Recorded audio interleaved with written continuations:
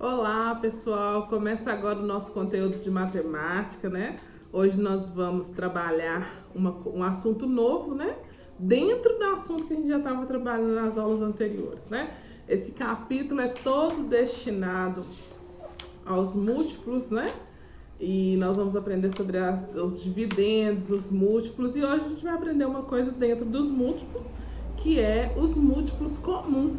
Sim, os múltiplos comuns e a sigla MMC, que significa mínimo múltiplo comum, que está inserida no nosso dia a dia, né? Porque através de conhecer os múltiplos e os múltiplos comuns também, você consegue verificar coisas simples, como entender como que uma medicação é dada, né? De hora em hora, como que você vai interpretar essa forma, como que você calcula se uma medicação, por exemplo, ela tem que ser tomada de 6 em 6 horas, né? Então aqui nós vamos aprender isso hoje no conteúdo de matemática. O conceito de múltiplo, eu anotei aqui para vocês, é dados dois ou mais números, o MMC, que é o menor dos múltiplos que esses números possuem em comum. Então, existem os múltiplos comuns e existe dentro deles o MMC, que é o mínimo múltiplo comum, tá? Entre os números inteiros, e é o número de menor valor. Também inteiro, que é o número múltiplo de todos os números naturais. E o mínimo ele pode vir, ele vai te mostrar, né?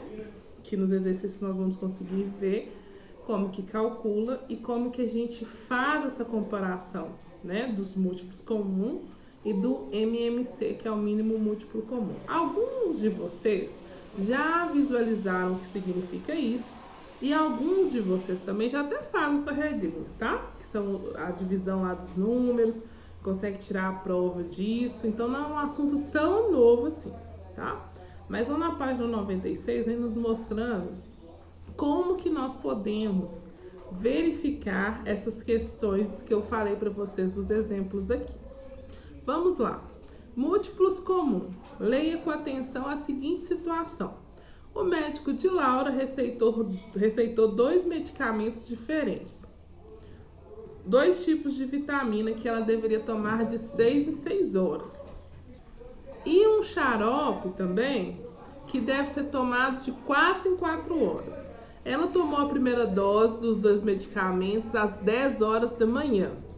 Qual será o próximo horário em que as doses dos medicamentos deverão ser tomados? Né? Ou que se iniciarão essas doses desses medicamentos? Para resolver essa situação, é possível construir uma tabela com os horários dos medicamentos. Aqui no seu livro tem essa tabelinha aqui muito simples construída para você verificar os horários dos medicamentos, tá vendo? Vamos lá então. Coloca lá os 2 medicamentos, que é o xarope e a vitamina, primeira dose, as 2 doses foram tomadas juntas no mesmo horário. Só que um medicamento era para tomar de 6 em 6 horas e o outro medicamento era para tomar de 4 em 4 horas. Segunda dose. A segunda dose da vitamina vai ser tomada às 16 horas e a segunda dose do xarope às 14. Depois a terceira dose às 22 horas, depois às 18 horas, depois a quarta dose 4 horas da manhã e a segunda dose do xarope 22 horas da noite. Com base nessa tabela, é fácil ver que ao tomar a terceira dose da vitamina às 22, Laura também tomará o xarope, que no caso seria a quarta dose. Então, após as 10 horas, o primeiro horário em que os medicamentos serão tomados juntos será às 22 horas.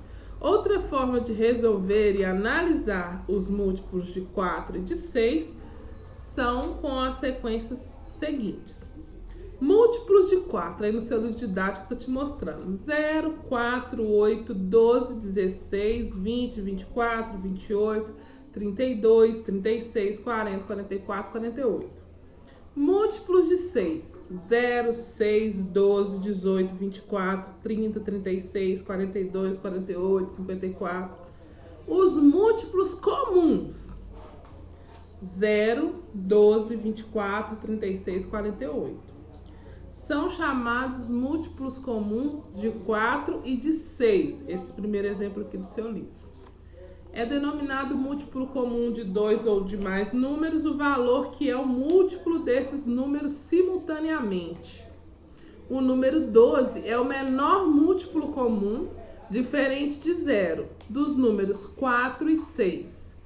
Por isso, para determinar o horário em que Laura tomará os medicamentos juntos novamente, basta somar 10 mais 12...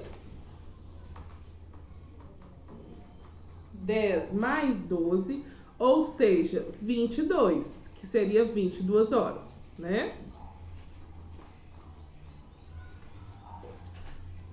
Pode abreviar a expressão de mínimo múltiplo comum por MMC, tá? O menor múltiplo comum MMC de 2 ou de mais números é o menor valor diferente de 0 que o múltiplo desses números tem.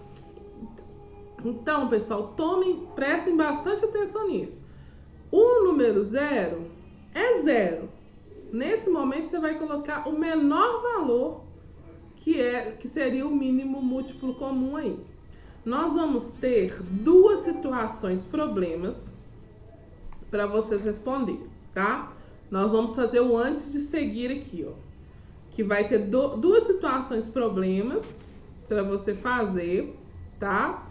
A situação 11, ela tem a alternativa A e a alternativa B. Dá para você fazer no próprio livro didático. Inclusive, eu vou enviar um quiz de perguntas e respostas. Pergunta só, tá? Você vai me enviar a resposta. Que também faz parte do Para Casa de hoje, tá? Então, vai ser um quiz referente à aula de hoje, né?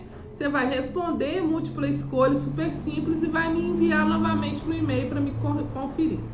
Eu posso te enviar por e-mail ou posso te enviar na opção do Google Forms, que foi muito tranquilo a gente trabalhar com ele, tá? Então, fique atento que vai essas duas opções no bilhete, tá?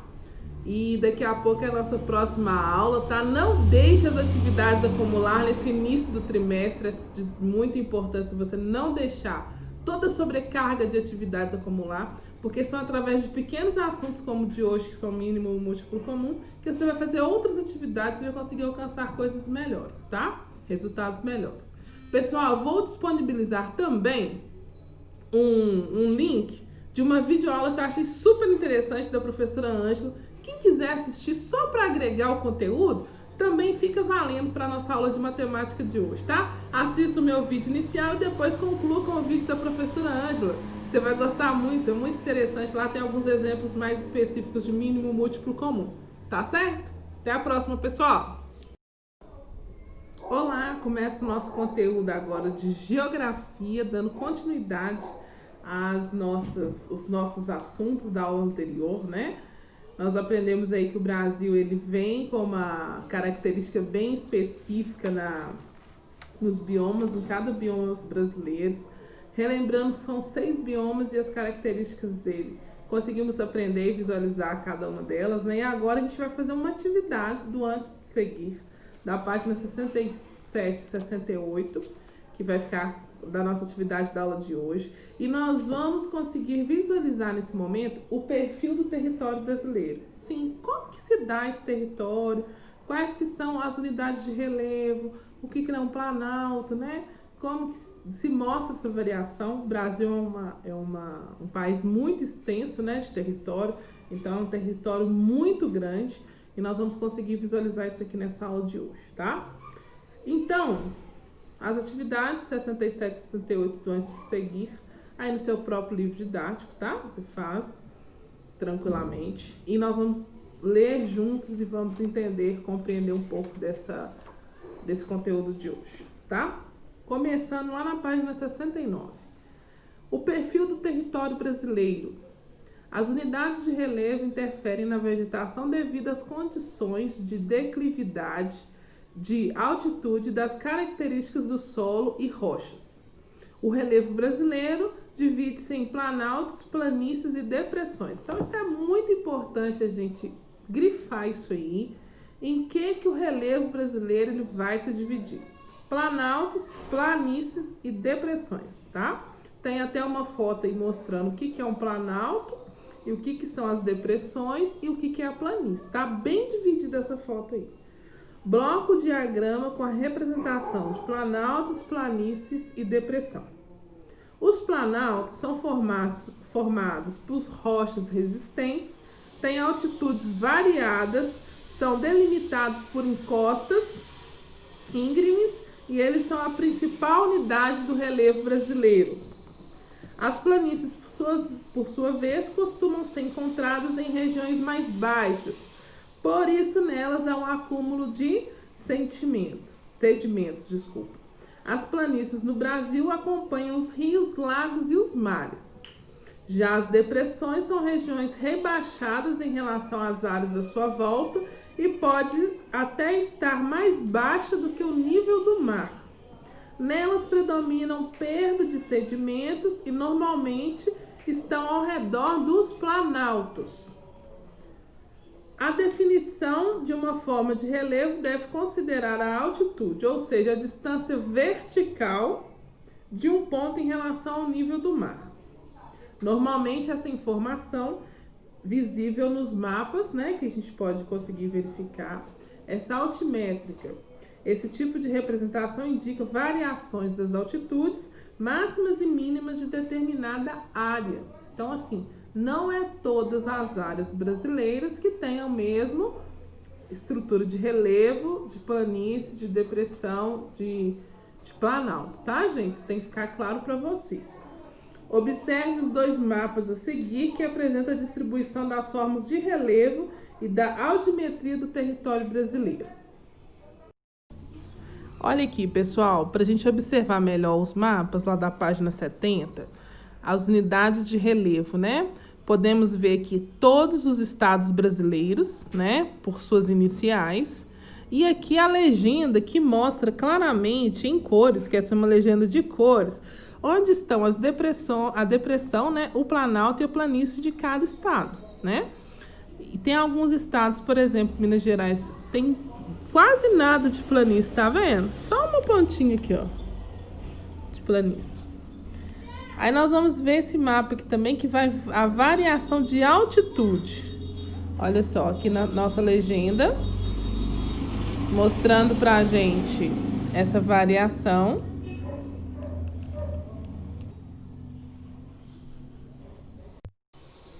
Bom, conseguimos visualizar então a unidade de relevo do Brasil e a unidade de relevo da altitude, né? Essas variações da unidade de relevo e a variação da altitude aí nos dois mapas da página 70. E se a gente comparar essas duas apresentações, permite entender que as áreas menores, as altimétricas, ou seja, menor altitude, são marcadas pela unidade de relevo chamadas depressão. Além disso, as áreas de maior altitude correspondem aos planaltos. Além dessa análise, é possível relacionar o relevo com os biomas brasileiros. Aí tem um mapa aqui para a gente observar, né? E aqui vem falando, né, para a gente conhecer as características, porque aqui nesse mapa da página 71, na legenda você vai conseguir visualizar que está bem dividido todos os biomas, tá? Cada um dos biomas brasileiros divididos nesse mapa aí, tá certo?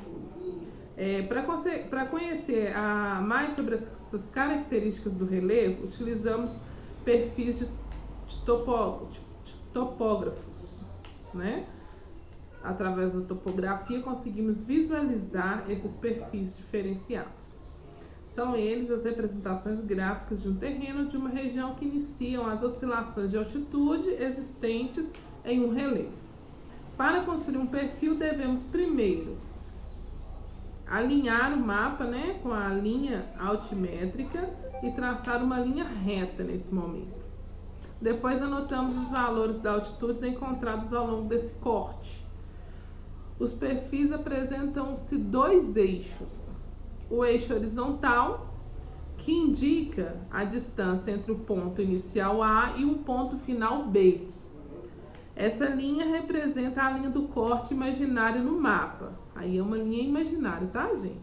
E o eixo vertical. Então, o eixo horizontal e o eixo vertical, que representa os valores de altitude, ou seja, as oscilações do relevo. O ponto inicial para realizar a medição de altitude é o nível do mar, tá? Esse é o ponto inicial. E aqui, pessoal, nós vamos ter um outro mapa na página 72, mostrando a variação de altitudes também no Brasil. E depois a gente tem um gráfico aqui, que é o perfil topográfico, né, do Brasil aí. Que a gente possa ver aqui o Rio Paraguai e o Rio São Francisco, como que vai oscilando essa questão dos metros, né, e dos quilômetros também. O perfil mostra na linha horizontal a distância de uma reta numerada de 0 km até 5.888 km. À direita variando de 710 km a 710 km. A linha vertical mostra altitudes em uma reta numerada de 0 a 2.000 metros. Perceba que no perfil topográfico apresentado corresponde ao trecho iniciado do mapa. Nele, o ponto A está com a altitude mais baixa, quase 200 metros acima do nível do mar, em relação à área do meio do corte, que é cerca de 700 metros acima do nível do mar. Depois da linha de perfil, caminha para o bioma marinho, o nível do mar, onde a altitude é 0. Então, através desses dois do mapa e desse perfil topográfico aqui, a gente consegue visualizar, tá? Tanto a linha horizontal quanto a linha vertical, conforme eu falei aqui agora, tá? Pessoal, também vai seguir uma atividade sobre isso, tá? Não deixe de fazer a atividade do antes de seguir da nossa aula de geografia de hoje, tá certo? Então, não deixe suas atividades acumular, não, conselho. Releia a matéria, volte igual essa questão. Aqui a gente vai ter que voltar no conteúdo específico dos biomas, que tá logo páginas atrás aí, tá? Você pode voltar, pode consultar, só não deixe de fazer, tá certo? Até a próxima aula. Começa o nosso conteúdo de história, né? Na aula anterior nós conseguimos dar início e entender como que se deu o período do fim da escravidão no Brasil, né? Essa busca da cidadania dos negros, e conseguimos também entender como que o papel do negro foi fundamental na construção desse país e como que até hoje as pessoas negras sofrem essa comparação, sofrem com preconceito, né?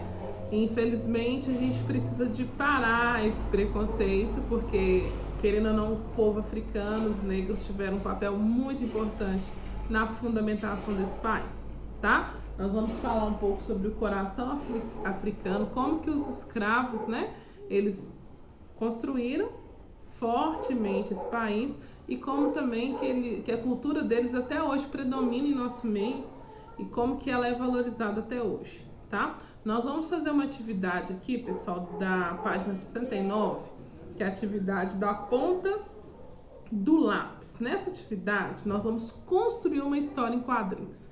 Eu vou ler para vocês esse exemplo de história em quadrinhos aqui e passo a passo como que você vai construir a sua história em quadrinhos falando sobre esse tema, tá?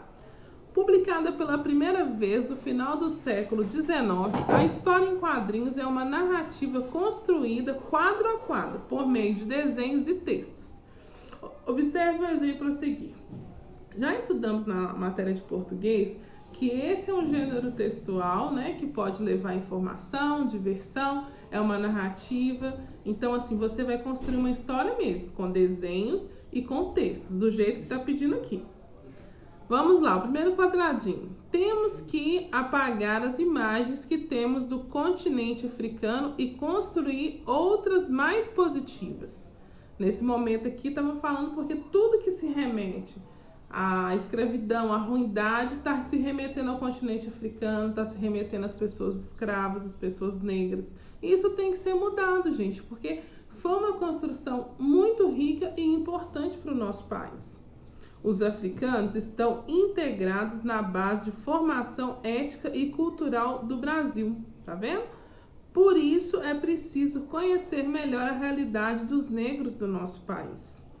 Na escola, aprendemos que antigamente existiram os escravos negros no Brasil. O senhor conhece essa história? Sim, meu pai e meu avô foram escravos. A escravidão só acabou no Brasil em 1888. Aliás, o nosso país foi o último a acabar com a escravidão. Triste saber que o Brasil foi o último país a acabar com a escravidão e até hoje sofremos com algumas coisas relacionadas a isso, né? Produz em seu caderno uma história em quadrinhos sobre o tema resistência escrava. Então, o tema da sua história em quadrinhos vai ser esse tema. Você pode criar um personagem que viva no engenho, na cidade ou na mineração, ou nas fazendas de café. É importante relatar a história de vida desse personagem, as medidas que ele tomou para resistir à escravidão e as consequências dessa resistência. Compartilhe sua história em quadrinhos com seu colega. Você vai construir essa história em quadrinhos, vai tirar uma foto nítida para me conseguir ler essa história e me enviar por e-mail, tá, pessoal? Veja a seguir alguns passos que vão te ajudar na produção da sua história em quadrinhos. É esse na ponta do lápis, lá na página 69. Aí vem falando aqui passo a passo, tá? Para você construir essa história em quadrinhos, que é reunir as informações sobre o tema, pode pesquisar na internet ou em outros livros, criar um modelo de enredo, né? Uma sequência narrativa, os personagens, determinar o período e o local onde que essa história se desenvolveu. Examinar algumas revistinhas para perceber como os textos são organizados nos quadrinhos, planejar o número de quadrinhos necessários para desenvolver sua história e produzir os desenhos e os textos correspondentes com os quadrinhos, tá? Isso tudo é muito importante para você fazer. Eu vou colocar na plataforma da nossa escola o tempo que você vai ter para fazer essa atividade, tá bom? E não vai delongar assim o mês todo para me entregar, não. Ela vai ter uma data de entrega e é breve, tá, pessoal? Porque isso é uma atividade do livro simples de fazer. E nós vamos falar um pouquinho hoje também do coração africano, né? Os africanos, trazidos na condição de escravizados, foram fundamentais na formação da sociedade brasileira. Como eu falei na aula passada, eles chegaram e pegaram as pessoas, tomaram as pessoas daquele lugar. Então eles pegaram médicos, professores, jornalistas, agricultores, gente de todo tipo, né? Mesmo com todas as limitações impostas por seus senhores, eles exerciam grande influência na formação cultural da população. Várias práticas artísticas e culturais, como a capoeira, o samba, o maracatu, alimentos saborosos, como o acarajé, religiões como a Umbanda e o Candomblé, e as palavras como moleque, fubá, quitute, fazem parte da herança que mora no coração dos brasileiros. Então, as pessoas africanas, elas vieram com uma cultura específica que acaba influenciando a nossa cultura, com religião, com a sua música, que precisamos respeitar ao máximo, né? Porque são coisas vindo dos africanos, coisas boas, né? Então, assim, muitas vezes a gente discrimina as religiões de descendentes africanos sem mesmo conhecer as religiões, né? E é uma coisa que não devemos fazer, porque cada pessoa, ela pode ser livre. Estamos num país que, segundo a Constituição, ele tem a liberdade religiosa. Então, essa influência que veio dos escravos, várias pessoas exercem por liberdade religiosa também, que são religiões boas, que são comidas boas, que são músicas boas, essa influência que recebemos dos africanos, tá? A gente tem um desenho aqui muito interessante, com cores fortes, com várias características do próprio povo, né? Muito interessante.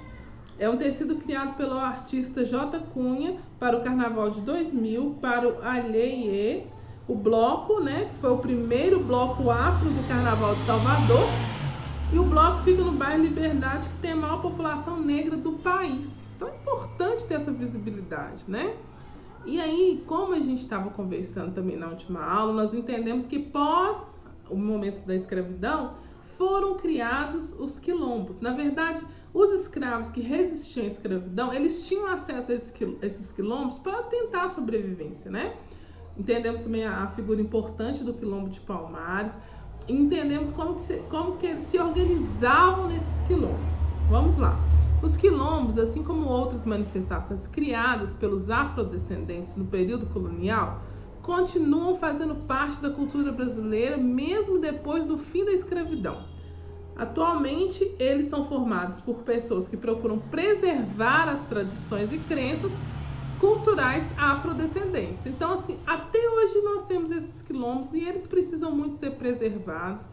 Eu morro de vontade de conhecer um quilombo, tô assim, né, tentando organizar uma visita, porque lá eles mantêm todas as tradições afrodescendentes.